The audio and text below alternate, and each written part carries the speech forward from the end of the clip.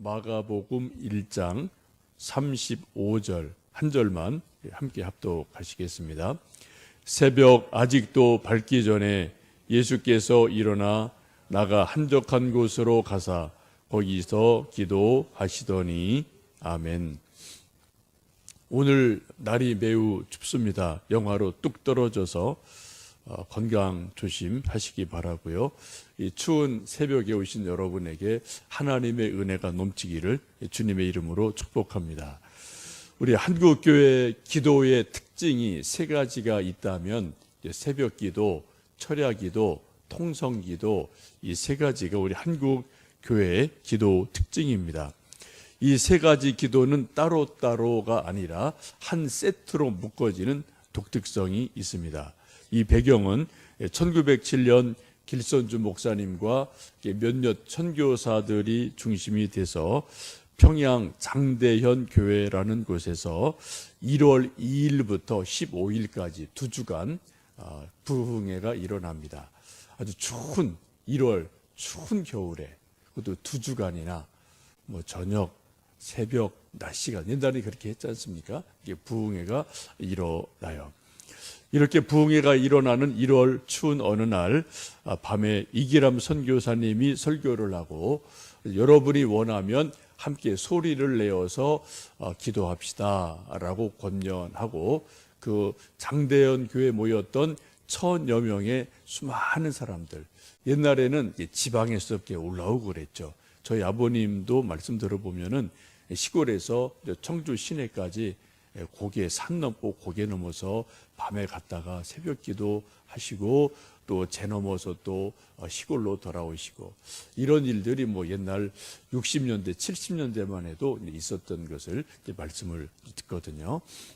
그래서 옛날 1907년이니까 그런 일이 더 많았겠죠. 각 지방에서 올라온 수많은 사람들이 1000여 명이 모여서 통성 기도를 하는데 선교사들의 기록에 의하면은 그날 밤 통성 기도하는 것이 마치 파도 소리, 거대한 파도 소리가 하늘로 치솟는 것처럼 올라갔다. 그런 기록을 남겨놓고 있습니다. 이 기도가 얼마나 뜨거웠던지 기도의 불이 임하면서 성도들이 그냥 교회에서 그냥 밤을 꼬박 새게 돼요. 그래서 자연히 철야 기도가 됩니다. 이런 일이 며칠간 계속이 되어집니다.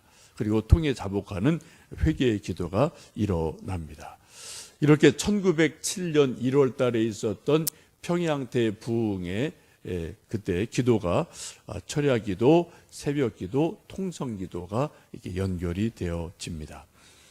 가끔 목회자들이 이제 힘들면 새벽 기도를 누가 만들었나라고 조금 진반, 농반, 불평식으로 말할 때가 있는데 우리 한국에서는 그 시발점을 찾아가면은 1906년 가을에 길선주 목사님이 장로님이고 목사이기도 하죠. 이분이 이제 목사가 되시는데 이분이 1907년 1월에 있을 부흥회를 위해서 준비 기도회를 친구 장로인 박지록 장로라는 분과 함께 두 분이 새벽 기도회를 전에 6년도 가을에 시작을 합니다.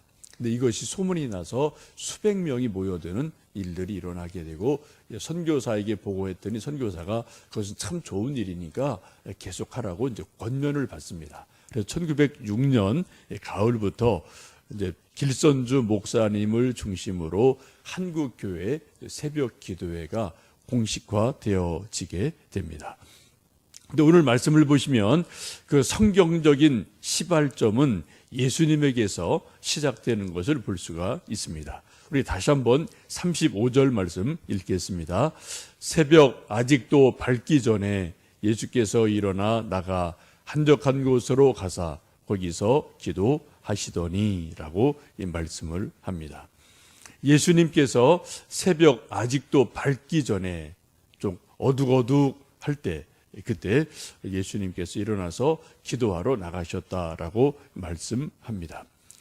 그 앞에 있는 말씀을 보시면 그 전날에는 예수님께서 베드로의 집에 가셔서 장모를 고쳐주시고 또 그 소문이 퍼지면서 수많은 병자들이 귀신 들린 자들이 와서 예수님께 고침을 받는 일들이 하루 종일 해가 질 때까지 그런 일들이 일어납니다. 예수님이 상당히 피곤하셨을 것 같아요. 제자들도 다 녹초가 돼서 떨어졌겠죠. 근데 예수님께서 그 밤에 깊이 잠드시고 새벽에 날이 밝기 전에 일어나셔서 혼자 기도하시게 됩니다. 이것이 새벽 기도의 원형이고 예수님의 본 보여주심입니다. 시간을 보시면은 새벽 아직도 밝기 전에라고 말씀을 하죠. 지금도 새벽이 좀 겨울이 돼서 깜깜하죠.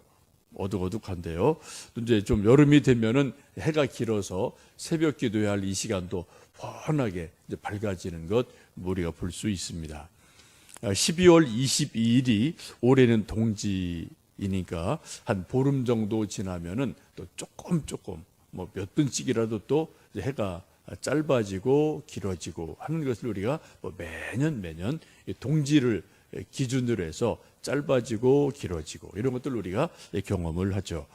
여러분, 예수님께서 새벽에 아직 밝기 전에 또 어떤 성경 번역을 보시면은 새벽 미명에라고 번역되어 있는 것도 있습니다. 왜 예수님께서 새벽에 일어나서 기도를 하셨을까요?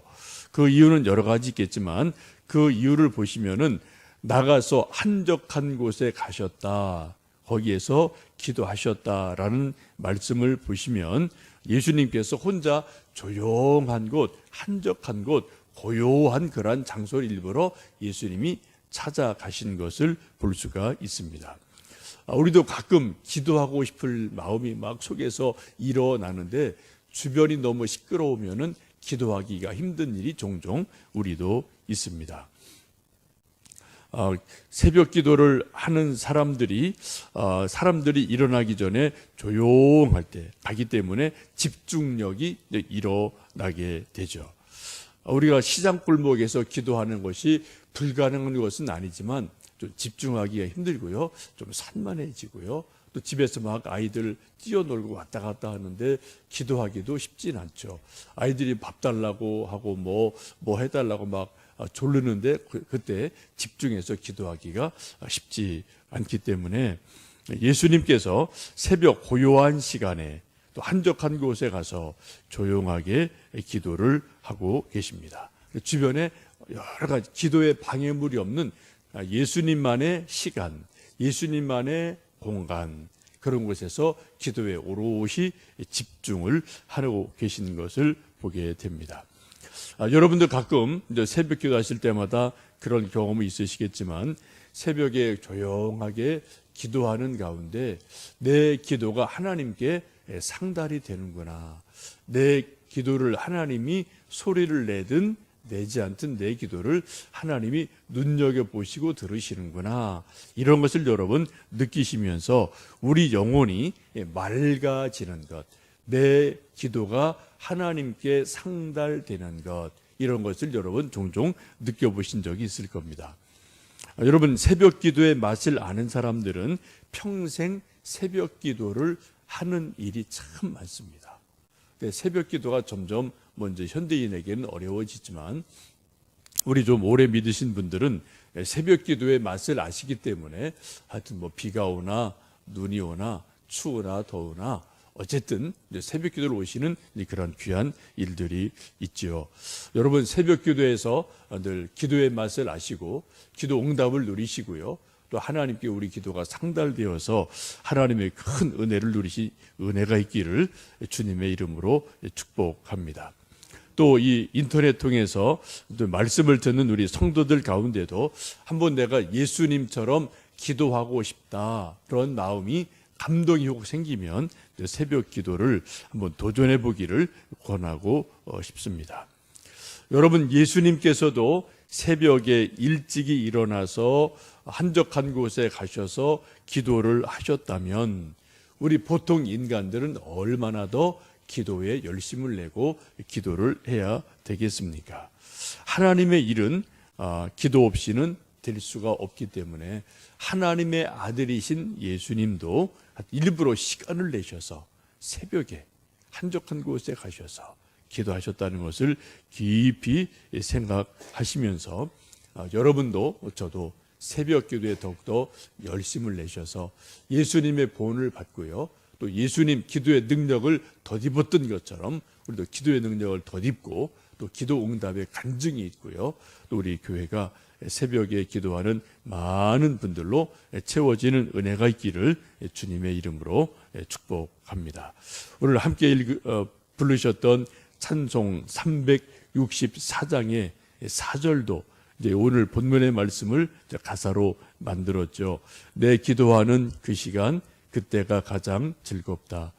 주 세상에서 일찍이 저 요란한 곳 피하여 빈들에서나 산에서 온 밤을 세워 지내사 주 예수 친히 기도로 큰 본을 보여 주셨네 라고 찬송을 합니다. 이 찬송처럼 또 마가복음 1장 35절 말씀처럼 예수님처럼 새벽을 깨우며 기도하고 응답받고 또 하나님의 능력 덧입는 이 아침 되시기를 주님의 이름으로 축복합니다. 함께 기도하겠습니다.